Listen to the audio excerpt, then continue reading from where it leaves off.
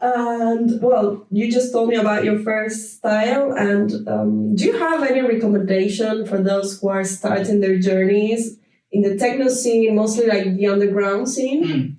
Yeah, I would say really just don't have like a clear idea of what you want to make, I would say. Because when I started out, before like I ever put out any music or anything, I was just making stuff and I didn't really know what it was going to be. I was never like, I'm going to make this drum or whatever.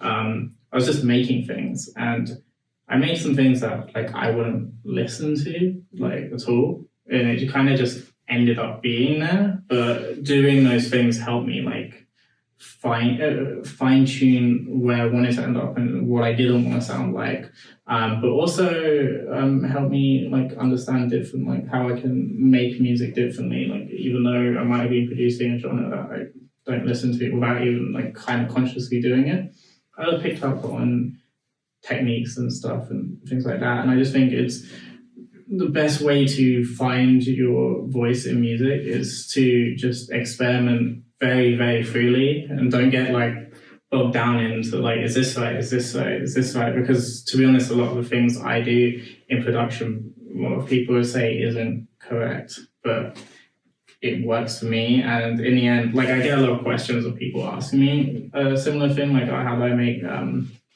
like this sound, or like things like, oh, I'm doing this, but I'm not sure if it's right to do. In the end, I'm just like, yeah, but does it sound good? Like, do you like it? And that's for me at least the main thing. I never care about anything overly specific, and I don't really want to make a song set out to make something particular. I just play around until something happens.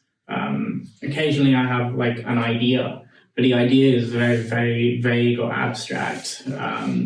It'll be something like more like words or imagery or something like that, rather than a musical idea. And then I'll find a way to make the sound part of that and to make them make sense together. So in a way, for me, it's like kind of creating like a soundtrack to like some kind of scene or environment or an emotion that is there for me, and it's quite abstract. It's never something like, oh, I want this synth line and this BPM and this sort of thing. It just kind of happens. So I say, yeah, don't like focus too much on the end result of what you want it to be, or get too bogged down by, I want to sound like this or I want to sound like that. Just experiment and play around for a while, and you might come up with something new people haven't done before, or you might find your own sound that you didn't know was what you wanted to make. Well, thank you for that insight. I'm sure a lot of people will appreciate it. A lot of artists.